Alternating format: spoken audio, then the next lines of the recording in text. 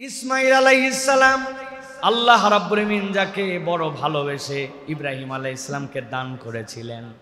আল্লাহ রাব্বুল আমিন বললেন চলার বয়স যখন হলো, এই চলার বয়স কোন সময় হলো? ইব্রাহিম আলাইহিস সালামের কাছে থাকা অবস্থায় হয় নাই। হযরত ইব্রাহিম আলাইহিস সালাম ইরাকের উর অঞ্চল থেকে তাকে রেখে দিয়ে গেছেন ওই মক্কার মধ্যে। মক্কায় যেই সময় তিনি চলে যাচ্ছিলেন তার দিকে ফিরেও তাকান না। হাজেরা বারবার জিজ্ঞাসা করেছেন, আপনি যে আমাদেরকে রেখে যাচ্ছেন, এখানে পানি নাই, এখানে বসত ভিটা নাই, মানুষ নাই, এই জায়গায় খাদ্যের কোনো কিছু নাই, ব্যাপারটা কি? আমার উপরে আপনার রাগ, অথবা আপনার স্ত্রীর পরামর্শ, নাকি আপনি কোনো কারণ, নাকি চতুর্থ একটা কারণ জিজ্ঞাসা করতে চাই, আপনি কি আল্লাহর হুকুমে এটা করতেছেন নাকি আল্লাহর হুকুমে নয়? ইব্রাহিম আলাইহিস সালাম মুখ ফিরান নাই, উল্টা দিকে ইরাকের দিকে মুখ করেই হাজেরাকে উত্তর দিয়েছেন, আমার ইচ্ছায় নয়, কোনো রাগে নয়, আমার আল্লাহ বলেছেন এই জন্য তোমাকে রেখে গেলাম। হাজেরা আলাইহিস সালাম একটা কথা আল্লাহর কাছে বলেছেন, হাসবি আল্লাহু লা ইলাহা ইল্লাহু, আল্লাহ আমার জন্য যথেষ্ট। আল্লাহ যদি রেখে দিয়ে যেতে বলেন আপনি এখন চলে যেতে পারেন, বাকিটা আমার আল্লাহ আমার জন্য দেখে নিবে। প্রেক্ষাপট খেয়াল করেন, তাওয়াক্কুল যখন করলেন আল্লাহ রাব্বুল আলামিন বলছেন, এরপর আল্লাহ রাব্বুল আলামিন ইব্রাহিম আলাইহিস সালামকে তার কাছে ফেরত পাঠালেন। লম্বা ঘটনার মধ্যে কিন্তু আল্লাহ রাব্বুল আলামিন বলছেন, ইব্রাহিম এসে তাকে বললেন, ক্বালা ইয়া বুনাইয়া ইন্নী আরা ফিল মানামি আন্নী আযবাহুক, ও আমার সন্তান, আমি স্বপ্নে দেখেছি। ইব্রাহিম আলাইহিস সালাম আল্লাহর পয়গম্বর, পয়গম্বরদের স্বপ্নটা হচ্ছে একটা ওহী, আল্লাহর পক্ষ থেকে নির্দেশনা। আল্লাহ বলেছেন তোমাকে আমি পছন্দ করি, আল্লাহর জন্য তোমাকে জবাই করে দেওয়ার জন্য। আল্লাহ রাব্বুল আলামিনের এই কথা যেই না সন্তান শুনলেন, একটা কোনো কথা বলেন নাই, একটা কোনো দ্বিচারিতা জিজ্ঞাসা করেন নাই। মানুষ জবাই করার কথা আল্লাহ বলতে পারে নাকি? অযথায় আপনাকে আরো কিছু থাকতে আমারে জবাই করা লাগবে কেন? আপনার তো আরেক সন্তান আছে, আপনি ভুল স্বপ্ন দেখছেন কিনা, কোনো জিজ্ঞাসা নাই, কোনো দ্ব্যর্থোক্তি নাই। সাথে সাথে একটা কথা বলেছেন, ফান ইয়া বুনাইয়া আন্নী আযবাহুকা ফানজুর মাযা তারা, আমার কোনো বক্তব্য নাই, আল্লাহ যা বলেছেন আপনি তাই করেন। ইব্রাহিম আলাইহিস সালাম সাথে সাথে বললেন, ক্বালা ইয়া আবাতি ফাল মা তু'মার, আল্লাহ আপনাকে যা করতে বলেছেন আপনার আদেশ আপনি পালন করেন। আর আপনি দেখবেন আল্লাহর আদেশ পালন করার ক্ষেত্রে আপনি যেরকম দৃঢ় প্রতিজ্ঞ, অনুগত হওয়ার দিক দিয়ে আমার দৃঢ় প্রতিজ্ঞাটাও আমি আপনাকে দেখায় দিতে চাই। সাতাজিদুনি ইনশাআল্লাহু মিনাস সাবিরিন, আপনি দেখতে পাবেন আল্লাহর হুকুম বাস্তবায়ন আমার উপরে যখন হয়, আল্লাহ চাহে তো আমি ধৈর্যশীল থাকব, পালিয়ে যাওয়ার চেষ্টা করব, জোর করে আপনাকে ধরতে হবে, এরকম কোনো ঘটনা ঘটবে না। আল্লাহর হুকুম আপনিও পালন করবেন, আর আমার উপরে যেহেতু পালন করার আদেশ হয়েছে, আপনি দেখতে পাবেন আমাকে ইনশাআল্লাহ ধৈর্যশীলদের মধ্যে। সুবহানাল্লাহ। এই ঘটনা শুনে আমাদের ইয়াংরা সুবহানাল্লাহ বলে, খুব খুশি হয়। সুবহানাল্লাহ, ইসমাঈল আলাইহিস সালাম হোয়াট এ ডেডিকেটেড পারসন, কীরকম ডেডিকেটেড একজন ছিলেন। কিন্তু আপনি আল্লাহর হুকুমের সাথে সাথে এটাও একটু বিবেচনা করেন যে ইসমাঈল আলাইহিস সালামকে যে জবে করার সময় তিনি বললেন যে আমি চুপ করে থাকবো, আমি আমার বাপ মায়ের বৈধ আদেশের ক্ষেত্রে কতটুকু সবরকারী, কতটুকু ভদ্র আচরণকারী, আমি আমার পিতামাতার অনুগত কিনা। আপনি খালি গরু জবাই করার সুন্নত বুঝলেন, কিন্তু আল্লাহর আদেশ যে পিতামাতার বাধ্য থাকা, বাপমা যদি আল্লাহর হুকুমের মধ্যে কোনো নির্দেশ দেয় সেটাকে মেনে নেওয়া, এইটা আমার মধ্যে নাই, এইটা আমরা করি না। এটার সাথে আমাদের দূরতম সম্পর্ক। এখন আমাদের টার্গেটই হচ্ছে বাপ মা যা বলবে আমার একটা ভাব নেওয়া যে বাপ মা বুঝে না, যা বোঝার খালি আমি বুঝি। এটা এখনকার সমাজের টেন্ডেন্সি, ঠিক কিনা? আপনি তাহলে কুরবানির বার্তা নিতে পারেন নাই ভাই। আপনি কুরবানির পশু জবাইকে নিতে পারছেন, কিন্তু কুরবানির মূল বার্তা আপনি নিতে পারেন না। কি বলেছেন? সাতাজিদুনি ইনশাআল্লাহ মিনাস সাবিরিন। আল্লাহ যদি আপনাকে আদেশ করা থাকে, আপনি তো নিজের ইচ্ছাই করছেন না, আল্লাহর আদেশ বাস্তবায়নের সময় আমাকে দেখতে পাবেন আমি কতটুকু আপনার অনুগত, আল্লাহর অনুগত। আর আমরা টোটালটা তার উল্টা। প্রিয় ভাইয়েরা, মা বলছে সন্ধ্যার পরে বাইরে থাকিস না, আপনি বলছেন আর একবার বললে বাড়িতে ঢুকবো না। এটা তো আল্লাহর হুকুম বাস্তবায়ন, তাই না ভাই? এই লোক আবার কুরবানি দেওয়ার জন্য অস্থির হয়ে গেছে। আপনি কুরবানির শিক্ষাই নিজের জীবনে নিতে পারেন নাই। বাপ বলছে খারাপ ছেলেদের সাথে ঘুরিস না, ওই বলতেছে খারাপ ভালো তুমি কি চেনো? তুমি বহু আগে জন্মগ্রহণ করছো, তুমি খারাপ ভালো চেনো না, খারাপ ভালো আমি বেশি চিনি। এরকম ছেলে দারুসালাম মহল্লায় তো নাই, না ভাই? আছে? আহা, ঘরে ঘরে। আমার ভাই বলছে ঘরে ঘরে। কারা তারা? আমরা। প্রিয় ভাইয়েরা, এই জন্য কুরবানির খালি জবাই করার শিক্ষা না, কুরবানির আরো অনেকগুলো দিক আছে, এইগুলি আমাদের সমাজের মধ্যে মানুষের কাছে উপস্থাপন করে দেওয়া। আল্লাহ রাব্বুল আলামিন বলছেন, কেবল মুখের কথা এটা শেষ হলো না, আল্লাহ বলছেন এবার ইমপ্লিমেন্টেশনে যাচ্ছে দুইজন। ফালাম্মা আসলামা ওয়া তাল্লাহু লিল জাবিন ওয়া নাদাইনাহু আইয়া ইব্রাহিম। আল্লাহ বলছেন দুইজন রেডি হয়ে গেল, আল্লাহর কাছে এমন ভাবে আত্মসমর্পণ করলো, কেবল বলে নাই আমাকে ধৈর্যশীল পাবেন, আল্লাহ আমাকে আদেশ করেছেন। সাথে সাথে ইসমাইল শুয়ে গেছে, জবেহের জন্য প্রস্তুত হয়ে গেছে। ওয়াতাল্লাহু লিল জাবিন, কাত হয়ে শুয়ে গেছে। যেরকম করে জবাই করতে আল্লাহর জন্য সবচেয়ে সহজ হবে, এইরকম করে ইব্রাহিম শুইছে, ইসমাইল উদ্যত করেছে। আমার আল্লাহ বলেছেন কোনো কথা নাই। আল্লাহ বলতেছেন, সাথে সাথে রব্বুল আলামিন ডাক দিলেন, আইয়া ইব্রাহিম, ও ইব্রাহিম দাঁড়াও দাঁড়াও। রব্বুল আলামিন ডাক দিয়ে বললেন, কদ সাদ্দাকতার রুইয়া, আর চিন্তা করতে হবে না, তুমি তোমার স্বপ্নকে সত্য করে দিছো। সুবহানাল্লাহ। কদ সাদ্দাকতার রুইয়া, এটার ব্যাখ্যা করছেন মুফাসসিরিনে কেরাম। আমরা অনেক সময় মনে করি বিরাট বড় পশু অথবা আল্লাহ রাব্বুল আলামিন বোধহয় আপনার আমার অ্যাপ্রোচের ক্ষেত্রে দামটাকে মূল্যায়ন করেন। রব্বুল আলামিন কখনো বান্দার দাম, বান্দার গোস্ত, বান্দার রক্ত আল্লাহর কাছে বিবেচিত হয় না। আল্লাহর কাছে বিবেচিত হয় তার অন্তরের অবস্থা। বান্দা যদি অন্তরের মতো অন্তর নিয়ে হাজির হয়, তার বাহ্যিক অবয়ব যেমনই হোক, রব্বুল আলামিন বান্দাকে কবুল করে নেয়। উদাহরণ হিসাবে অনেকবার বলি, অনেকবার বলেছি। একবার হজের সফরে আমি ছিলাম, ফেসবুকে দেখি এই গাবতলির হাটে একটা গরু উঠছে 18 লাখ টাকা দাম, 18 বা 20 লাখ। আমার বাড়ি তো এই জায়গায়। আমি চিন্তা করলাম 20 লাখ টাকার গরু তো আমার কুরবানি দেওয়ার সামর্থ্য নাই, কিন্তু 5 টাকা খরচ করলে তো অন্তত গাবতলিতে যায় গরুটা দেখা যায়। 20 লাখ টাকার গরু হিসাব করেন আপনি, যেমন তেমন কথা নয়।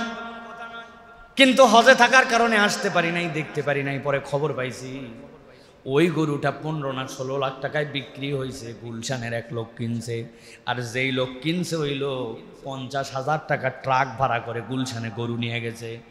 গরুর দাম 16 লাখ, ট্রাক ভাড়া কত? ঘুমায় যাননি যারা, তারা উত্তর দেন, ট্রাক ভাড়া কত?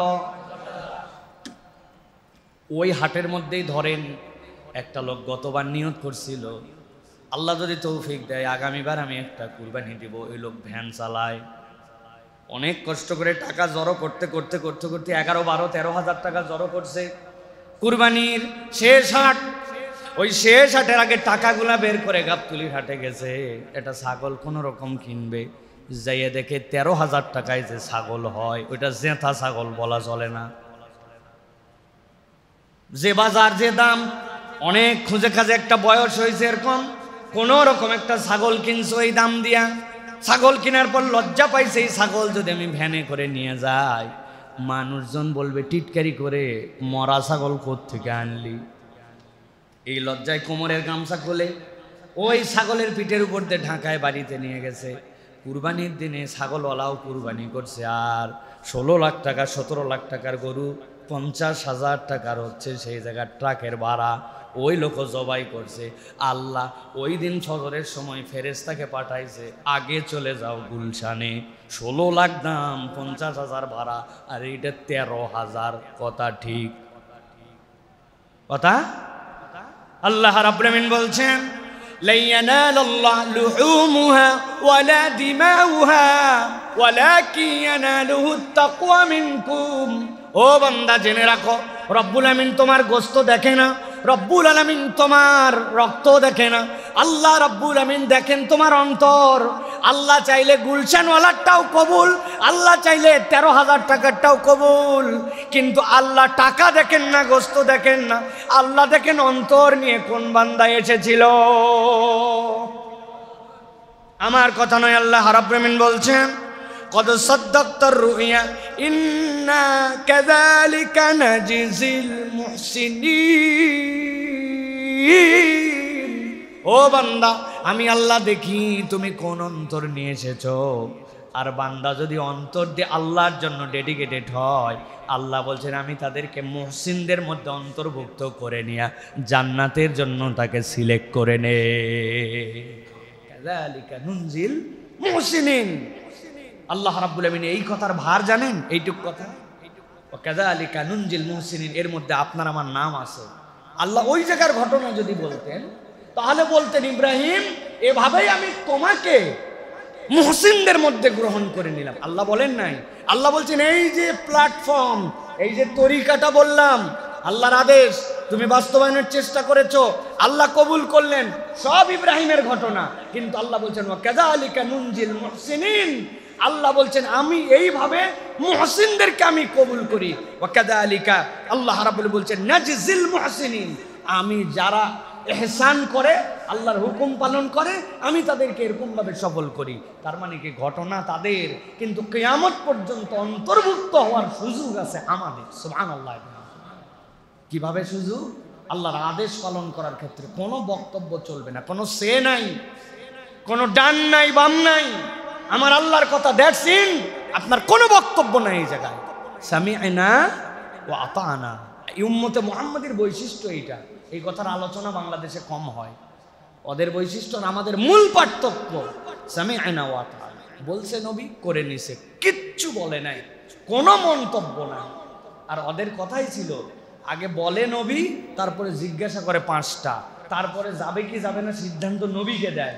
একমাত্র উম্মতে মুহাম্মাদীর উম্মতের বৈশিষ্ট্য হচ্ছে যদি কেউ উম্মতে মুহাম্মাদী থাকতে চায়, কোনো সে নাই। আল্লাহ বলছে, আল্লাহ রাসূল বলছে, তোমার মাথায় ধরলে ভালো, না ধরলে আরো ভালো, কোনো বক্তব্য নেই এই জায়গায়, তুমি মেনে নিছো। আল্লাহ বলছেন এই কোয়ালিটি যার, কুরবানি তার।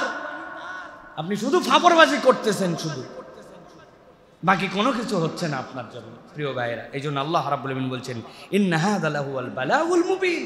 আল্লাহ বলছেন যত সহজে কোরআনে বলে দিলাম আল্লাহ আমি, এটা অত সহজ পরীক্ষা মনে করো না, এটা বড় কঠিন পরীক্ষা ছিল। বালাউল মুবিন, সুস্পষ্ট একটা পরীক্ষা ছিল। পৃথিবীর ইতিহাসে কোন পয়গম্বর এই পরীক্ষা এর আগে দেয় নাই। ইব্রাহিম আলাইহিস সালামকে এই পরীক্ষা আল্লাহ দেওয়াইছেন। আল্লাহ বলতেছেন ওয়াফাদাইনাহু বিযিবহিন আযীম, আমি আল্লাহ রাব্বুল আলামিন এরপর একটা বড় একটা প্রাণী দিয়ে এটাকে আল্লাহ রাব্বুল আমিন সম্পূরক করে নিলেন, পূর্ণতা দিয়ে দিলেন। যিবহিন আযীম, এক মহান জবেহ, এটার সাথে আল্লাহ সম্পৃক্ত করে দিলেন। প্রিয় ভাইয়েরা, এই যে ইন্না কাযালিকা নাজিল মুহসিনিন ইন্না হাযা লাহুয়াল বালাউল মুবিন, সূরা সাফফাত 103, 4, 5 এই আয়াতের তাফসীর যে দেখবেন, এই যে বলছেন আল্লাহ যে হাযা লাহুয়াল বালাউল মুবিন, এটা তার জন্য বড় পরীক্ষা ছিল। এই পরীক্ষার নিসবতটা হচ্ছে সফলতার মানদণ্ডের জন্য। আল্লাহ আগে সফলতা বলে পরে বলছেন পরীক্ষা বড় ছিল। এই পরীক্ষায় মুফাসসিররা ব্যাখ্যা করেছেন 4 ধরনের পরীক্ষা আল্লাহর কাছ থেকে ছিল। তার সবচেয়ে বড় পরীক্ষা ছিল 2টা দিক, অন্তরের দিক থেকে 2টা অন্তরের পরীক্ষা ছিল, যে আপনার ইন্টেনশনটা ক্লিয়ার কিনা, আল্লাহর আদেশ আপনি পালন করেন কিন্তু সেটা সন্তুষ্ট চিত্তে নাকি আপনার করা লাগবে তাই। এশার নামাজ পড়ে যায় বলতেছে ঝামেলা মিটাই আসলাম। একজন জিজ্ঞাসা করছে কার সাথে গন্ডগোল? কার না, নামাজ পড়ে আসলাম, রাত্রের ঝামেলা শেষ করলাম। এটাও নামাজ হয়ে যাবে, ফরজের হুকুম আদায় হয়ে যাবে তার, কিন্তু আপনার হৃদয় থেকে আসছে কিনা। ভাই, এই কথাটা অনেক গভীর কথা, আপনি দিল থেকে অনুভব করেন, অন্তর থেকে ফিলিংস করেন। আমার স্বামী হজ করে আসছে, এখন যদি আমি বোরকা না পরি, হিজাব না করি, স্বামীর ইজ্জত থাকে না, আবার বয়সও হয়ে গেছে একটা, আগের মতো আর দেখানোরও কিছু নাই, এই জন্য বোরকা পরি। পরে ফরজ আদায় হবে, কিন্তু ওইটা কি আপনার দিল থেকে আসছে কিনা? কুরবানির 1 নম্বর আল্লাহ এটা শিখাইছেন। ইব্রাহিমও দিল দিছে, ইসমাইলও দিল দিছে। আল্লাহ বলেন এত সোজা না। পশু একটা কিনে নিয়ে চলে আসছে গাবতলির হাটের থেকে, লোকজন জিগে হাজি সাহেব কত লইলেন? কয় এবার বেশি কিনবার পারি না, এবার 3.5 লাখের মধ্যেই শেষ করছি। এইটা পশু কুরবানি হয়তো জবে হবে, কিন্তু উনি যে 3.5 লাখ শুনানি দিচ্ছে, ওই কুরবানি গাবতলির হাটে রয়ে গেছে। আল্লাহ এই জন্য বলছেন 1 নম্বর দিল, মুফাসসিরদের ব্যাখ্যা আছে এর পিছনে। 2 নম্বর প্রস্তুতি, আল্লাহ যা বলেছেন ওইটা পালনের জন্য আপনার প্রস্তুতি, ওটাও একটা আপনার ইবাদত। নবীজির হাদিস দ্বারা প্রমাণিত আছে, শীতকালের অজু আল্লাহ নবী কত বড় মর্যাদা দিয়েছেন। অজু আপনি সালাতের জন্য করেন, কিন্তু অজু স্বয়ং একটা ইবাদত হয় যদি আপনি একটা ইবাদতকে ইন্টেনশন করেন। আপনি কষ্ট করে টাকা গুছাচ্ছেন, আপনি কুরবানির জন্য আলাদা ভাগ করে বের করে রাখতেছেন, আপনি এটার জন্য মনস্তাত্ত্বিকভাবে রেডি হচ্ছেন, ভালো মানুষের সাথে যেন কুরবানি দিতে পারেন, তার জন্য একটা প্রস্তুতি আছে। কোনো কিচ্ছু নাই ভাই, কারা দিছে কোন জায়গায় ভাগে কম একটা ভাগ বসায় দিয়া মনে করছে যে ভাই এই গরু ভালো হয়েছে, আল্লাহর রহমতের দামেও কম হয়েছে, আমার ভাগেও কম পড়ছে, বাজারে 750 টাকা গরুর কেজি, আল্লাহর দয়ে পড়তা হয়েছে হুজুর এবার 568 টাকা করে কেজি পড়ছে, এর চেয়ে পড়তা আর কি নিবেন এই যুগে? মাশাআল্লাহ, আপনি পড়তা খাচ্ছেন, আপনি কুরবানি খাচ্ছেন না।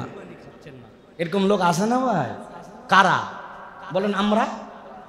আমরাই তো তারা, সমাজের প্রতিনিধিত্ব তো আমরা করছি। প্রিয় ভাই, কুরবানি খালি এইটুকু কথা না, ইব্রাহিম আর ইসমাইলের আলোচনা করে গেলাম আর কুরবানি শেষ হয়ে গেল। এত সস্তা লাভ না এটা। আল্লাহ রাব্বুল আমিন এই জন্য বলেছেন ইন্না হাযা লাহুল বালাউল মুবিন, ওইটা ছিল কঠিন পরীক্ষা, স্পষ্ট পরীক্ষা, সুস্পষ্ট জগৎবাসীর কাছে আল্লাহর পক্ষ থেকে শিক্ষা। আল্লাহ রাব্বুল আমিন আপনার আমার জন্য এই যে বার্তাটা দিলেন, এই বার্তাগুলি থেকে কুরবানির জিনিসগুলি আমাদেরকে বের করে নিতে হবে। প্রিয় ভাইয়েরা, এবার আমরা ধারাবাহিকভাবে 8টা পয়েন্টের আলোকে কিছু কিছু বিষয় আপনাদের কাছে খোলাসা করি। প্রিয় ভাইয়েরা, এর 1 নম্বর হচ্ছে যে অনেক ব্যক্তির কুরবানির আগেই কুরবানি শেষ হয়ে যায়। কুরবানির আগে কুরবানি কেমনে শেষ হয়? প্রিয় ভাইয়েরা, আল্লাহর কাছে সওয়াব পাওয়ার আশা, আবেগ এবং জাহান্নাম থেকে আত্মরক্ষার একটা নিবেদন নিয়ে আমরা কুরবানি করি। আল্লাহ, তোমার কাছে আশা আছে, আমার তোমার প্রতি আমার ভালোবাসা আছে, তোমার দেওয়ার সম্পত্তিকে তোমার হুকুম বাস্তবায়ন করে আল্লাহ আমাকে জাহান্নাম থেকে হেফাজত করো, এই জন্য আমি তোমার এই আত্মরক্ষার আগ্রহে আমি কুরবানিতে আসলাম। কিন্তু এইটার গোস্ত খাওয়া কখনো মূল মাকসুদ হতে পারে না। আমাদের অনেকে এখন আছে গোস্ত খাওয়াকে কুরবানির মূল মাকসুদ বানাইছেন, আর লোক দেখানো গরু কিনা, প্রতিযোগিতায় গরু কিনা, কাঠ থেকে ভালো হলো। ওই পাড়ার হাজি সাহেব কত দিয়ে লইছে রে? শুনছি 3,75,000। লাগা বেটা, ধার করে হলে হবে 4.5 লাখ লাগা। এই আমাদের ঢাকাইয়াদের স্টাইল, যেটা 4.5 লাখে গরু লাগায় ফেলছি আমরা। আসার সময় জিজ্ঞাসা করে নিয়ে আসতেছে, অনেকে আবার ইউএসডি ডলার দিয়ে কনভার্ট করে গরুর পিঠের উপরে দাম ঝুলাই দিছে, জিগানোর কাম নাই, দেখালো দেখে নিচ্ছে, তাগড়া গরু নিয়ে আসছে। তো এই যে আমাদের যে টেন্ডেন্সি, এই টেন্ডেন্সি থেকে আমাদের বের হতে হবে। এখন বলবেন হুজুর আমরা কি গরু দেখে কিনবো না, গোশতকে খাওয়া হবে না? হ্যাঁ, আপনার গোশত খাওয়া হবে। আল্লাহ রাব্বুল আমিন দুনিয়াতে একমাত্র আল্লাহর ইবাদত উম্মতে মুহাম্মাদের জন্য গিফট করেছেন, যেই ইবাদত আদম আলাইহিস সালাম থেকে ঈসা আলাইহিস সালাম পর্যন্ত কারো সুযোগ ছিল না। যা কিছু আল্লাহর জন্য নিবেদিত হয় ওটা আল্লাহর হয়, আর একমাত্র উম্মতে মুহাম্মাদের আল্লাহ বকশিশ করছেন আল্লাহর জন্য নিবেদিত হওয়ার পরেও আল্লাহ ওইটা বান্দার জন্য দিয়েছেন। সুবহানাল্লাহ। খেয়াল করছেন আপনি বিষয়টা? যাকাত, আপনি দাতা, তাই না? যাকাত আদায় করেছেন, আপনি কি যাকাত খেতে পারবেন ভাই? যাকাত আপনি খাইতে পারবেন? আপনি পারবেন না। আপনি মান্নত করেছেন, মান্নত কি আপনি খেতে পারবেন? আপনি পারবেন না। এটা আল্লাহর জন্য ডেডিকেটেড, আপনি আল্লাহর জন্য এটাকে উৎসর্গ করে দিয়েছেন। আপনি হজের জন্য আপনি দম দিয়েছেন, দম আপনার পানিশমেন্ট, আপনি খেতে পারবেন না। কিন্তু একমাত্র ইবাদত যেটা এর আগের উম্মতের জন্য ছিল না, আগের উম্মতের তো ভয়াবহ অবস্থা ছিল, রাত্রেবেলা রেখে দিতে হতো, রাত্রে আগুন এসে যদি ওইটাকে পুড়ায় ফেলতো তার কুরবানি কবুল, আর যারটা পুড়তো না তারটা কবুল হতো না। আল্লাহ বলতেছেন সেখানে আমি তোমার জন্য, আমার জন্য নিবেদিত করার পরে এই পশুর গোশত তোমার জন্য হালাল করছি, খাবেন তো আপনি, কিন্তু বরবাদ করে ফেলতেছি আমরা আগেই কুরবানি নিয়তের কারণে, নিজেদের অ্যাপ্রোচের কারণে। এটার থেকে আমাদেরকে বেশি বেশি সতর্ক হতে হবে প্রিয় ভাইয়েরা। অনেক সময় আমরা ওজন করে গরু কিনি, ক্যালকুলেশন করে ওজন করে। মুসলমান কখনো ঠকবে না, এক গর্ত থেকে দুইবার ইমানদার দংশিত হবে না, নাজায়েজ নয়, কিন্তু উদ্দেশ্য যদি এরকম হয় কেবল পর্তা করা, কেবল গোস্ত কোন কোয়ালিটি এটা বের করা, এটা কখনো কুরবানির মৌলিক শিক্ষা হতে পারে না। এই জন্য প্রিয় ভাইয়েরা, এই কিনতে যাওয়ার আগেই নিয়তটা বিশুদ্ধ করেন আপনার, তাছাড়া ওই কেনার সময় আপনার কুরবানি বাতিল হয়ে যেতে পারে প্রিয় ভাইরা। এই জন্য আমাদের নিয়ত হবে যে আমি ভালো গরু কিনবো, গোশত সুন্দর হোক, সমস্যা নাই, কিন্তু এইগুলো আমার মৌলিক না। মৌলিক আমার আল্লাহর আদেশ, আল্লাহকে সন্তুষ্ট করার জন্য, জাহান্নাম থেকে মুক্তি পাওয়ার জন্য, আল্লাহ রাব্বুল আমিনের রাসূলের দেখানো সুন্নত অনুযায়ী আমি কুরবানি করতেছি আল্লাহ, এই নিয়তটা হচ্ছে আপনার জন্য সবচেয়ে বড়। এটা আপনাকে খুব বেশি খেয়াল রাখতে হবে, এটা একটা পয়েন্ট। 2 নম্বরে, কুরবানি করার ফজিলত কি, এবং কেউ যদি কি পরিমাণ সম্পদ থাকলে তার জন্য কুরবানি দিতে হবে, এটা আমরা অনেক সময় বুঝি না, জানি না। কুরবানির ফজিলতের ব্যাপারে রাসূলুল্লাহ সাল্লাল্লাহু আলাইহি ওয়াসাল্লাম বলছেন, আল্লাহর আসমানের নিচে জমিনের উপরে কুরবানির ঈদের দিনে কুরবানি করার থেকে শ্রেষ্ঠ আর কোনো ইবাদত হতে পারে না। কুরবানি হচ্ছে শ্রেষ্ঠ ইবাদত। আল্লাহ রাব্বুল আমিনের বান্দা যদি কুরবানির দিনে কুরবানি করে, এর থেকে শ্রেষ্ঠ কোনো ইবাদত হতে পারে না। এবং এই ইবাদত পয়গম্বর আলাইহিস সালামের সুন্নাহ হিসাবে সে যখন কুরবানি করে, সে পয়গম্বরদের যেই সকল সুন্নাহ পালন করার সওয়াব হয়, আল্লাহ তার আমলনামাতেও এই সওয়াব ঢুকায় দেয়। সুবহানাল্লাহ। যেহেতু এটা পয়গম্বর আলাইহিস সালাম এইটা করেছেন।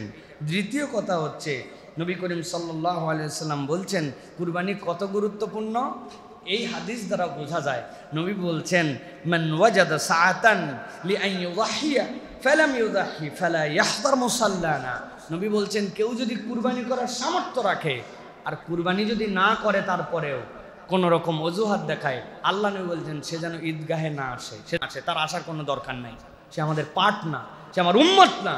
অতএব কোনো ঠুনকো অজুহাতে ব্যাংকে অনেক টাকা ঋণ, বা চলতেছে না, অমুক তমুক, অনেক টাকা ঋণ, আমার অনেক টাকার ব্যবসাও আছে, কিন্তু কুরবানি করে না। কুরবানি তাহলে কার জন্য ওয়াজিব হবে?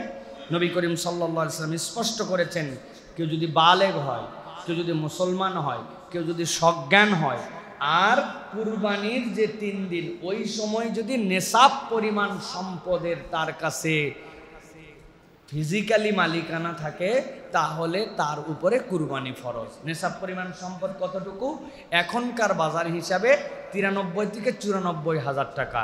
কুরবানির 10, 11, 12 তারিখ মাগরিবের আগ পর্যন্ত তার কাছে যদি এই পরিমাণ টাকা থাকে, ক্যাশ, নগদ, যেটা দেশে কুরবানি করতে পারে, তাহলে আল্লাহর জন্য একটা ভাগে কুরবানি দেওয়া, একটা পশু কুরবানি দেওয়া তার জন্য ওয়াজিব। এটাই হচ্ছে সে সাহেবে নেশাব। জাকাতের সাহেবে নেশাব কিভাবে হয়? একটা সম্পদে আর একটা সময়ে 1 বছর তারপরে অতিক্রম করতে হবে, কিন্তু কুরবানিরটা তা না। এই 3 দিনের মধ্যে এই পরিমাণ যদি সম্পদ তার কাছে থাকে, যেখান থেকে একটা অংশ দিয়ে হলেও সে কুরবানি দিতে পারে।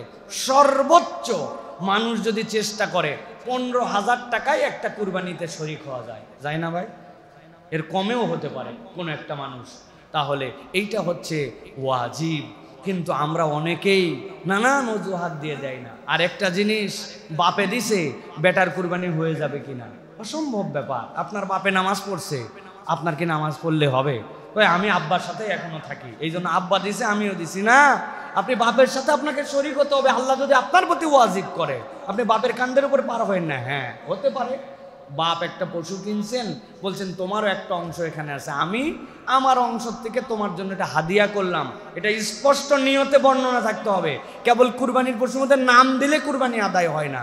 এই জন্য বাংলাদেশে হাজার হাজার ছেলে পেলে আছে যারা কুরবানি তাদের উপরে ফরজ, ওয়াজিব, কিন্তু কুরবানি দেয় না। এরকম অনেক লোকজন আছে, অনেক স্টুডেন্ট আছে তার অ্যাকাউন্টের মধ্যে 3 লাখ টাকা পড়ে আছে, বাপ ফিক্সড ডিপোজিট করে দিছে, ডিপিএস করে দিছে, আছে না ভাই? অনেক আছে, কিন্তু কুরবানি দেয় না। এই জন্য কুরবানি না দিলে নবী বলছেন আমার মুসাল্লায় যেন না আসে, আমাদের ঈদগাহে না আসে। আর সাহেবে নিসাব যদি হয়ে যায়, 1 লাখ টাকার যদি মালিক হয়, তাহলে তাই কুরবানি দিতে হবে। অনেক স্ত্রীরা, অনেক মা বোনেরা আছে, তাদের প্রতি কুরবানি কিন্তু ফরজ আছে, কিন্তু তারা এই মাসালাটা খেয়াল করেন না। স্বামী কুরবানি দিছে, উনি চিন্তা করছে ফ্যামিলির পক্ষ থেকে দেওয়ার দ্বারা সব আদায় হয়ে গেছে। না, ইন্ডিভিজুয়ালি আপনারটা আপনাকে আদায় করতে হবে। সুতরাং আজকেই যে হিসাব কিতাব বরাবর করবেন বউয়ের সাথে, বাচ্চা কাচ্চার সাথে, যে বাবারা আসো মাসালা জেনে আসছি, যার যার কুরবানির ফরজ হয়েছে, ওয়াজিব হয়েছে, আমরা এখন থেকে প্রস্তুতি নেই। আল্লাহ আমাদেরকে তৌফিক দান করুন। একটা গুরুত্বপূর্ণ আমলের কথা বলবো আপনাদেরকে প্রিয় ভাইয়েরা, সেটি হচ্ছে অনেক হাজী সাহেবরা হজের উদ্দেশ্যে রওনা হয়ে গেছেন, অনেকে চলে যাবেন, কিন্তু সকলে যেতে পারে না। কিন্তু এমন একটা আমল আছে, যেই আমলটা করলে হাজী সাহেবরা হজের সফরে যে সওয়াব পান, আল্লাহ রাব্বুল আলামিন ওই আমলের দ্বারা যারা নিজ এলাকায় থাকে ওই এলাকাবাসীকেও আল্লাহ রাব্বুল আলামিন হাজীদের মতো সওয়াব দান করেন। নবী করিম সাল্লাল্লাহু আলাইহি ওয়াসাল্লাম বলছেন, ইযা রাআইতুম হিলালাযিল হাজ্জাতি ওয়া আরাদা আন আহাদুকুম আন ইউদাহহিয়া ফালইউমসিক আন শা'রিহি ওয়া আসফারিহি। নবীজি সাল্লাল্লাহু আলাইহি ওয়াসাল্লাম বলছেন, যখন তোমরা কেউ জিলহজের চাঁদ দেখে ফেলো, ওয়া আরাদা আহাদুকুম আন ইউদাহহিয়া, আর নিয়ত করো যে আল্লাহ আমাকে তৌফিক দিয়েছেন, আমি কুরবানি করব। নবীজি বলছেন তার জন্য 2টা ডিউটি, একটা সে যেন তার নখগুলা না ফেলে, সে যেন তার চুলগুলা না কাটে। এই চুল কাটা, অবাঞ্ছিত পশম কাটা, গোঁফ কাটা, নখ ছাঁটা, এটা যেন জিলকদের শেষেই করে ফেলে। কুরবানির নিয়ত করছে আর জিলহজ মাসে চাঁদ উঠে গেছে, সে যেন তার চুল আর নখ না কাটে। নবী করিম সাল্লাল্লাহু আলাইহি ওয়াসাল্লাম বলছেন হাত্তা ইউদাহি, যতক্ষণ না কুরবানি দেয়। এই আমলটা যদি কেউ করে, হাজীদের অনুরূপ আমলের সওয়াব সে পেয়ে যাবে। সুবহানাল্লাহ। অতএব আপনার আমাকে এটা মনে রাখতে হবে, ওই দিন যাওয়ার পরে তো আপনি এটা যদি করতে চান, তো 10 দিনে আপনার নখ যদি আগের 7 দিন কাটানো হয়, আরও 10 দিন থাকলে 17 দিনে তো একদম বেধড়ক হয়ে যাবে, গফ তো বেধড়ক হয়ে যাবে। এই জন্য আমাদেরকে জিলকদ মাসের শেষের হিসাব করে প্রস্তুতি নিয়ে আমাদের এই আমলটা করার জন্য চেষ্টা করতে হবে। অন্যকে জানায় দিবেন এই যে জিলকদ শেষের দিকে কিন্তু আগামীকালকে চাঁদ উঠে যেতে পারে, পরশুদিন চাঁদ উঠে যেতে পারে, আপনারা এই আমলটা করার জন্য চেষ্টা করেন। ছেলে মেয়ে যারাই কুরবানি করবে তারা যদি আমল করে, হাজীদের অনুরূপ একটা আমল তার আমল নামায় যুক্ত হবে। আল্লাহ আমাদেরকে পালন করার তৌফিক দান করুন। এবার আপনাদের কাছে বলতে চাই, কুরবানি করাটা শিখে নেন প্রিয় ভাইয়েরা। আমরা হুজুরের পিছে দৌড়াই, অমুকের কাছে যেতে হয়, কুরবানিটা কেমনে করব। আমি বহুবার আপনাদের কাছে বলি ভাই, মাত্র 60 সেকেন্ডে কুরবানি করা আপনি শিখতে পারবেন। কয় সেকেন্ড ভাই? 60 সেকেন্ডে কুরবানি শিখতে পারবেন। কিন্তু আপনি দেখছেন কেমনে আমি করব। আমি তো দেখলাম হুজুর তলোয়ার হাতে নেয়, জবেহ করার জন্য ছুরি নেয়, নেওয়ার পরে কি কি জানি চিন্তা করছেন, বাপ রে বাপ, কোন পাড়ার কত নম্বর পৃষ্ঠা বোধহয় হুজুর পড়তেছে। হুজুররাও আমরা যারা আছে আমরা কিন্তু জোরে পড়ি না, কারণ পাবলিক জানে ফেললে তো ঝামেলা, ঠিক না ভাই? না, সব হুজুর একরকম না। আর হুজুরদের এই জবে করা লাগবে এরকম কোনো কারণ নাই। আপনাদের দায়িত্ব বরং হুজুররা পালন করে দেয়, আপনাদের নিজেদের হিম্মত নাই। হুজুর ঠেলায় পড়ছে, হুজুরের কি ঠেকা পড়ছে, বউ বাচ্চা বাদ দিয়া, ঈদের দিনের আনন্দ বাদ দিয়া, নিজের পশুর চামড়া ছেলা বাদ দিয়া আপনার কুরবানি করলে হুজুর কি ঠেকা পড়ছে। আগে তাও এগুলা করে হুজুরকে মানুষজন গরুর মাথা, খাসির মাথা দিত, এখন হুজুরকে গনেও না। আমার এলাকার ইমাম সাহেব কুরবানি করবেন না মানে হ্যাঁ চাকরি রাখবো না, এরকম একটা মুডে আসছে না, অর্থাৎ হুজুরে কোনো ঠেকা নাই এর সাথে। কিন্তু আমি আপনাকে শিখাই দিতে চাই প্রিয় ভাইরা, কুরবানি করার জন্য আল্লাহ রাব্বুল আলামিন আপনার আমার জন্য সহজ করেছেন। নবী করিম সাল্লাল্লাহু আলাইহি ওয়াসাল্লাম কিভাবে কুরবানি করতেন? কুরবানিটা নবী করিম সাল্লাল্লাহু আলাইহি ওয়াসাল্লাম করতেন, সাধ্যের মধ্যে তাকে কেবলামুখী করে ফেলতেন, পশুটা কেবলামুখী হওয়া, এটা একটা মাসনুন। এরপরে মুখস্থ থাকলে পড়বেন, ইন্নী ওয়াজ্জাহতু ওয়াজহিয়া লিল্লাযী ফাতারাস সামাওয়াতি ওয়াল আরদা হানিফা ওয়া মা আনা মিনাল মুশরিকিন, এইটুক বলছেন। এরপরে আপনি আল্লাহুম্মা লাকা ওয়া মিনকা। আল্লাহ এই পশু দিছো তুমি, আবার তোমার জন্যই কুরবানি করতেছি। কি বলছেন? আল্লাহ এই পশু দিছো তুমি, কুরবানি কার জন্য করছি? আল্লাহর জন্য। এরপরে কঠিন দোয়া আছে, ওইটা পরে জবে করে দিবেন, বিসমিল্লাহি আল্লাহু আকবার। কারা কারা পারেন না হাত তোলেন, একজনও নাই দেখা যায়, মাশাআল্লাহ। এইটা আপনি পড়বেন, আপনার কুরবানি আপনি করবেন। তবে আপনার হাড় দুর্বল, আপনি নিজেই কাঁপাকাঁপি করেন, আপনার চলে না, এই হুজুরের বক্তব্য শুনে আপনি নিয়ত করছেন যা আছে কপালে, তো হঠাৎ করে গরুর ধাক্কায় ছুরি উল্টা দিক চলে আসতে পারে। আমি এটাতে উৎসাহিত করতেছি না, তবে যাদের সামর্থ্য আছে আপনি ডিপেন্ডেন্সি ছেড়ে দিয়ে আল্লাহুম্মা লাকা ওয়া মিনকা, তোমার জন্য আল্লাহ, তোমার পক্ষ থেকে দেওয়া, আমি তোমার জন্য কুরবানি করছি। এইভাবে নিজের কুরবানিটা মেহেরবানি করে আমরা নিজে দেওয়ার চেষ্টা করি। এখানে আরেকটা কথা আছে, আমরা অনেক সময় বলি হুজুর এইটা হচ্ছে অমুকের নামে, আমার আব্বার নামে একটা, আমার আম্মার নামে। কুরবানি কি ভাই আব্বার নামে আমার নামে হয়? যদিও নিয়তটা এটা নয়, ভাষাটা অসুন্দর হয়। আসলে আব্বার পক্ষ থেকে আল্লাহর জন্য, আম্মার পক্ষ থেকে, তো আমরা ভাষাটাও শুধরাই ফেলি, আমরা বলি আল্লাহ এটা আমার আব্বার পক্ষ থেকে, আম্মার পক্ষ থেকে আল্লাহর জন্য, এটা আব্বার নামে আম্মার নামে না, নাম হবে কার? আল্লাহ। তাহলে আমরা এইভাবে কুরবানিটা শিখে নিতে পারি। এক নম্বর হবে কি, যে বাংলায় আপনি বলতেছেন যে আল্লাহ আমি তোমার জন্য এটা কুরবানি করতেছি, আল্লাহ তোমার দেওয়া নিয়ামত থেকে। এরপরে ইন্নী ওয়াজ্জাহতু ওয়াজহিয়া লিল্লাযী ফাতারাস সামাওয়াতি ওয়াল আরদা হানিফা ওয়া মা আনা মিনাল মুশরিকিন, এইটা আপনি পড়ছেন। এরপরে বিসমিল্লাহি আল্লাহু আকবার, আর যদি আরবি পারেন আল্লাহুম্মা লাকা ওয়া মিনকা, এরপরে জবাইটা করে দিবেন ইনশাআল্লাহ। পারবেন তো ইনশাআল্লাহ? সাথে একটা জিনিস মনে রাখবেন, জবাই করার সাথে সাথে আমাদের দেশে যেগুলো কসাই থাকে, এরা নামে কসায় না, অনেক সময় কামেও কসাই হয়, সাথে সাথে হাতের রক কেটে দেয়, পায়ের রক কেটে দেয়, এইগুলো খবরদার কাটতে দিবেন না। একটা পশু 10 মিনিট লাগুক স্বাভাবিকভাবে রক্ত বের হয়ে সে যখন ঠান্ডা হবে, এরপরে আপনি ওই পশুর বাকি কাজে জড়িত হবেন। এটা অনেক সময় বলে তাড়াতাড়ি করে জীবন চলে যাওয়ার জন্য এটা করতেছে, তার জবেহের জায়গা এটা, হাত নয়, পা নয়, কোনো জায়গা নয়, এটা মনে রাখবেন। আল্লাহ আমাদেরকে নিজেদের পশুকে আল্লাহর জন্য জবেহ করার মতো তৌফিক দান করেন। এবার আরেকটা পয়েন্টের কথা বলবো প্রিয় ভাইয়েরা, ইসলাম আল্লাহ রাব্বুল আলামিনের দেওয়া বিধান অনুযায়ী পশু কুরবানির করার কথা বলে, কিন্তু পশু প্রাণীর প্রতি যে দয়া দেখাতে বলে, একটা কুরবানির মধ্যেও যে দয়া আছে, এটা আমরা অনেক সময় দেখি প্রাণীর প্রতি আমরা দয়াশীল নয়। ইসলাম জবেহ করতে বলেছে, বান্দার জন্য আল্লাহ এটা সৃষ্টি করেছেন, আল্লাহ তার সৃষ্টির জন্য খাওয়ার জন্য এটা দিয়েছেন, কিন্তু তার সাথে ক্রুয়েলিটি করতে দেন নাই। ট্রাকের মধ্যে 8 ঘন্টা 10 ঘন্টা 12 ঘন্টা 24 ঘন্টা নিয়ে আসে, এক ফোঁটা পানি দেয় না, জিব্বা বেরিয়ে যায়, ট্রাকে যেন গাদাগাদি করে নিয়ে আসা যায়। একটা যদি পশু বসে পড়ে তাহলে ওই পশুর জায়গা আরেকটা পশু নিয়ে ফেলবে, এই জন্য বাধ্যতামূলক দাঁড় করে রাখার জন্য চোখের মধ্যে মরিচ ঢুকায় দেয়, সারা দিন চোখ দিয়ে পানি পড়ে, ও দাঁড়াতে পারে না, খাওয়ার জন্য একটু পানি পর্যন্ত তাকে দেয় না। এইগুলা ইসলামের সাথে দূরতম কোনো সম্পর্ক নাই প্রিয় ভাইয়েরা। এই জন্য পশুর প্রতি দয়া করা আল্লাহ রাব্বুল আলামিন ফরজ করেছেন। এই জন্য আল্লাহ রাব্বুল আলামিন নবী করিম সাল্লাল্লাহু আলাইহি সাল্লামকে দিয়ে বলেছেন, ইন্নাল্লাহা কাতাবাল ইহসানা আলা কুল্লি শাইইন, আল্লাহ প্রত্যেকের প্রতি দয়া করাকে দায়িত্ব দিয়েছেন। নবী বলছেন, ফাইজা কাতালতুম ফাহসিনুল কিতলা ওয়া ইযা যাবাহতুম ফাহসিনুজ যিবহা, তোমরা যখন জবেহ করবে তোমরা উত্তম করে জবেহ করো।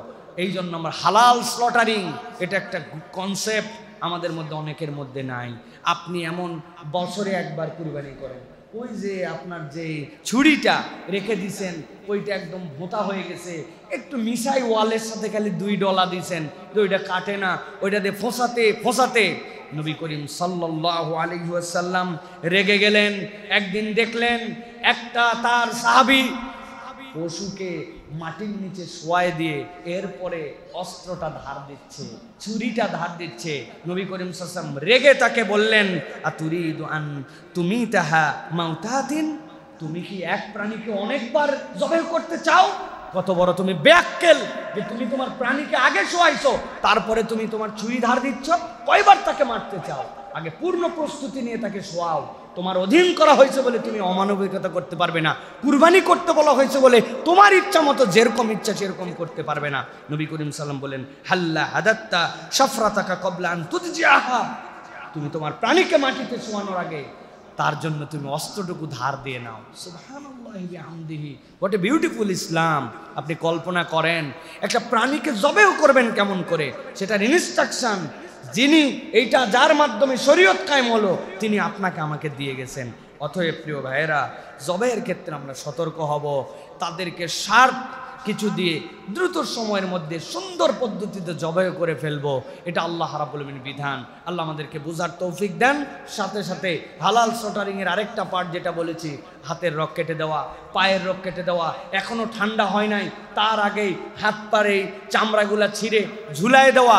খবরদার, সেই ছোট্ট মুরগি থেকে শুরু করে বড় উট এই পর্যন্ত পুরোটার বিধান আল্লাহ রাব্বুল আলামিনের সাথে সিলেক্ট করেছেন। আপনার হয়তো কুরবানি আদায় হয়ে যাবে, আপনার হয়তো জবর দ্বারা পশু হালাল হয়ে যাবে, কিন্তু আপনি একটা গুনাহ করবেন, কেননা নবী করিম সাল্লাল্লাহু আলাইহি ওয়াসাল্লাম যেভাবে করতে বলেছেন আপনি ওইভাবে করেন নাই। এই বিষয়ে নিজেরা সতর্ক হব, অন্যদেরকে সতর্ক করব ইনশাআল্লাহ। আল্লাহ আমাদেরকে তৌফিক দান করেন। এরপর আরেকটা জিনিস বলবো প্রিয় ভাইয়েরা, সেটা হচ্ছে জিলহজ মাস। এই জিলহজের 10 দিন আমাদের জন্য অত্যন্ত গুরুত্বপূর্ণ। আল্লাহ রাব্বুল আলামিন কোরআনুল কারীমের মধ্যে বলেছেন, ওয়াল ফাজরি ওয়া লায়ালিন আশর ওয়াশ শাফঈ ওয়াল ওয়াতর। আল্লাহ রাব্বুল আলামিন যে আপনার আমার জন্য বলেছেন যে ওয়াল ফাজর ওয়া লায়ালিন আশর, দুনিয়ার মুফাসসিররা বলতেছেন আল্লাহ রাব্বুল আলামিন মূলত এই 10টা দিনকে এত সম্মানিত করেছেন। আবু উসমান নাহদি বলেন এখানে আল্লাহ রাব্বুল আলামিন 3টা দশকের কথা বলেছেন, রমাদানের শেষ দশক, জিলহজের প্রথম দশক আর মুহররমের প্রথম দশক। আল্লাহ এই 3 দশককে সম্মানিত করেছেন। হযরতে মূসা আলাইহিস সালাম, আল্লাহ রাব্বুল আলামিন তাকে জিলকদ মাসে ডেকেছিলেন, বলেছিলেন 10-30 দিনের জন্য আসেন। এরপর আল্লাহ তিনি জানেন অজ্ঞাত কারণে 10 দিন এক্সটেনশন করা হলো। সেই 10 দিন হচ্ছে জিলহজের 10 দিন। ওই 40 দিন পার হওয়ার পরে আল্লাহ তার প্রতি কিতাব দিলেন। ওই কিতাব অনুযায়ী আগের বদমাইশ জেনারেশন বিদায় হলো, বাইতুল মুকাদ্দাসের সফরে তিনি বের হলেন, আল্লাহর পক্ষ থেকে আদেশ নিয়ে আসলেন। অতএব আল্লাহর জমিনে যতগুলা দামি দিন আছে তার মধ্যে অন্যতম দিন হচ্ছে এই জিলহজের 10 দিন। নবীজি বলছেন, মা মিন আইয়ামিল আমালুস সালিহু ফিহা আহাব্বু ইলাল্লাহ মিন হাযিহিল আইয়াম, ইয়ানি আইয়ামাল আশর। আল্লাহ নবী বলছেন আল্লাহর কাছে এর থেকে উত্তম কোন দিবসের আমল নাই যেই আমল জিলহজের 10 দিনের মধ্যে আছে। আল্লাহ নবী সাল্লাল্লাহু আলাইহি ওয়াসাল্লাম এই জন্য আপনার আমার জন্য দায়িত্ব দিয়েছেন এবং বলেছেন আফদালু আইয়ামিদ দুনিয়াল আশর ইয়ানি আল আশর যিল হজ্জা। আল্লাহ নবী সাল্লাল্লাহু আলাইহি ওয়াসাল্লাম বলছেন আল্লাহ রাব্বুল আলামিনের কাছে যত দামি দিন আছে এর মধ্যে আল্লাহর কাছে 10টা দিনের দাম হচ্ছে জিলহজের 10 দিনের থেকে মূল্যবান কোনো দিন নাই। এটা বুখারীর হাদিসের মধ্যে আসছে প্রিয় ভাইরা, ইয়ানি আশরাতুল হজ্জাতি, অর্থাৎ এই 10 দিন হচ্ছে জিলহজের 10 দিন। এখন আমাদের জিজ্ঞাসা হচ্ছে যে এই জিলহজের 10 দিনে আমরা কি আমল করব। আমি খুব সংক্ষিপ্তভাবে, জিলহজের 10 দিন অনেক মর্তবার দিন, এটা আসমানের নিচে জমিনের উপরে সবচেয়ে দামি দিন। এই দিনগুলো আল্লাহ রাব্বুল আলামিনের প্রিয় দিন। এই দিনের আমলের ব্যাপারে আনাস ইবনে মালিক বলেন আইয়ামে আশরের মর্যাদা প্রতিটা দিন 1000 দিনের সমান, আর আরাফাতের দিন হচ্ছে 10,000 দিনের সমান। আল্লাহ রাব্বুল আলামিন এই মর্যাদা দিয়েছেন প্রিয় ভাইরা। আউজাঈ রাহমাতুল্লাহ আলাইহি বলেছেন প্রতিদিন সিয়াম দিনে জিহাদ এবং রাত্রেবেলার বিরতি এর সমান। রাসূলুল্লাহ সাল্লাল্লাহু আলাইহি ওয়াসাল্লামের থেকে তারা যে সকল বর্ণনা পেয়েছেন সেখান থেকে তারা এইগুলোর মর্যাদার কথা আপনারা আমার কাছে বলেছেন প্রিয় ভাই। জিলহজের 10 দিন আমরা কি আমল করতে পারি তার একটা সংক্ষিপ্ত রূপরেখা আপনাদের কাছে তুলে ধরি যে কি আমল করবো এই 10 দিন। 1 নম্বর হচ্ছে এই 10 দিনই আমরা চাইলে ওই রমাদানের আগের দিন, কুরবানির আগে পর্যন্ত আমরা প্রতিটা দিন সিয়াম পালন করতে পারি, এটা 1 নম্বর দিক। 2 নম্বর হচ্ছে কোরআন তেলাওয়াত, এটা হচ্ছে আমাদের জন্য অত্যন্ত গুরুত্বপূর্ণ। কোরআনুল কারীমের মধ্যে আসছে ওয়াফি যালিকা ফালিয়াতানাফাসিল মুতানাফিসুন, বান্দা তোমরা প্রতিযোগিতায় নিমজ্জিত হও যে আমার আমল কেমনে বাড়ানো যায়। অতএব কোরআন তেলাওয়াত একটা আমল। দোয়া করা, আল্লাহ রাব্বুল আলামিনের কাছে চাইলে খুশি, আল্লাহ রাব্বুল আলামিন না চাইলে অখুশি। এই জন্য আমরা বেশি বেশি দোয়া করতে পারি। একটা দোয়ার কথা আপনাদের কাছে বলি, আমরা কি চাই ভাই যে আল্লাহ রাব্বুল আলামিনের কাছে আমি যেই সালাত আদায় করব সেটাই কবুল হোক, যে দোয়া করব সেই দোয়াই যেন আল্লাহ কবুল করে? আমরা কি চাই ভাই? কে চায় না বলেন? একটা সহজ আমল আছে, আপনাদের কাছে এটা বলতে চাই প্রিয় ভাইরা, সেটা হচ্ছে রাত্রে আপনি 10টার সময় শুয়ে পড়েছেন, 11টার সময় শুয়ে পড়েছেন, রাত্রি 2টার দিকে ধরেন যে কথার কথা প্রস্রাব চেপেছে, অথবা কোনো কারণে একটা মশা কামড় দিছে, বা একটু গরম লাগছে, বা একটু বেশি ঠান্ডা লাগছে, ঘুমটা ভেঙে গেছে। ভাঙে না এরকম ভাই? নবীজি বলছেন এই যে তুমি ঘুমালে আর কোনো একটা পর্যায়ে রাতে তোমার ঘুম ভেঙে গেল, এটা আল্লাহর পক্ষ থেকে বান্দার জন্য একটা নিয়ামত হতে পারে। কিভাবে? নবীজি বলছেন যদি রাত্রে ঘুমানোর পরে ফজরের আগে কোনো কারণে তার ঘুম ভেঙে যায়, সাথে সাথে সে যদি একটা দোয়া আল্লাহর কাছে করে, একটা তাসবিহ যদি পড়ে, আল্লাহর জন্য প্রশংসার একটা কালিমা যদি পড়ে, কি পড়বে? লা ইলাহা ইল্লাল্লাহু ওয়াহদাহু লা শারীকা লাহু লাহুল মুলকু ওয়া লাহুল হামদু ওয়া হুয়া আলা কুল্লি শাইইন কাদির সুবহানাল্লাহি ওয়াল হামদুলিল্লাহ ওয়া লা ইলাহা ইল্লাল্লাহু আল্লাহু আকবার। এইটা পড়ছে, পড়ার পরে উঠে যদি নামাজ পড়ে, তার নামাজ আল্লাহ অবশ্যই কবুল করে নেবেন। আর যদি আল্লাহর কাছে নামাজ না পড়ে কিন্তু কোনো দোয়া করে, আল্লাহ তার দোয়া ফিরাবেন না। ঘুমাইছিলাম আমার জন্য, ঘুম ভেঙে গেছে কোনো কারণে, কিন্তু ওই ঘুম ভাঙাটাও আমার জন্য নিয়ামত। শুধু ঘুম ভাঙছে আর চিন্তা করছি, আরে নবী কি পড়তে বলছেন? লা ইলাহা ইল্লাল্লাহু ওয়াহদাহু লা শারীকা লাহু লাহুল মুলকু ওয়া লাহুল হামদু ওয়া হুয়া আলা কুল্লি শাইইন কাদির সুবহানাল্লাহ ওয়াল হামদুলিল্লাহ ওয়া লা ইলাহা ইল্লাল্লাহ। এরপর আল্লাহকে বলতেছে, আল্লাহ অনেকদিন রোগ হয়েছে, ভালো হয় না, আল্লাহ বাচ্চাটা পড়ালেখা করায় কেন জানি হেফজ করতে পারে না, কেন জানি ছেলেটা কথা শোনে না, আল্লাহ আমার কামাই রুজি করি কেন যেন বরকত হয় না। হাতও তোলা লাগবে না, উঠে বসাও লাগবে না, শুয়ে শুয়ে আল্লাহর কাছে এইগুলো ফরিয়াদ দিতে দিতে আবার ঘুমায় গেছে। আল্লাহর নিয়োজিত ফেরেশতা দয় আল্লাহর কাছ থেকে এটা কবুল করায়া তারপরে আল্লাহর থেকে আদায় করে দিবে। সুবহানাল্লাহ। এটা নবীজি সাল্লাল্লাহু আলাইহি ওয়াসাল্লাম বলেছেন প্রিয় ভাইরা। আর যদি সালাত আদায় করে, নবী করিম সাল্লাল্লাহু আলাইহি ওয়াসাল্লাম বলছেন সালাত তার কবুল হবে, দোয়া করলে দোয়া তার কবুল হবে। সুবহানাল্লাহ।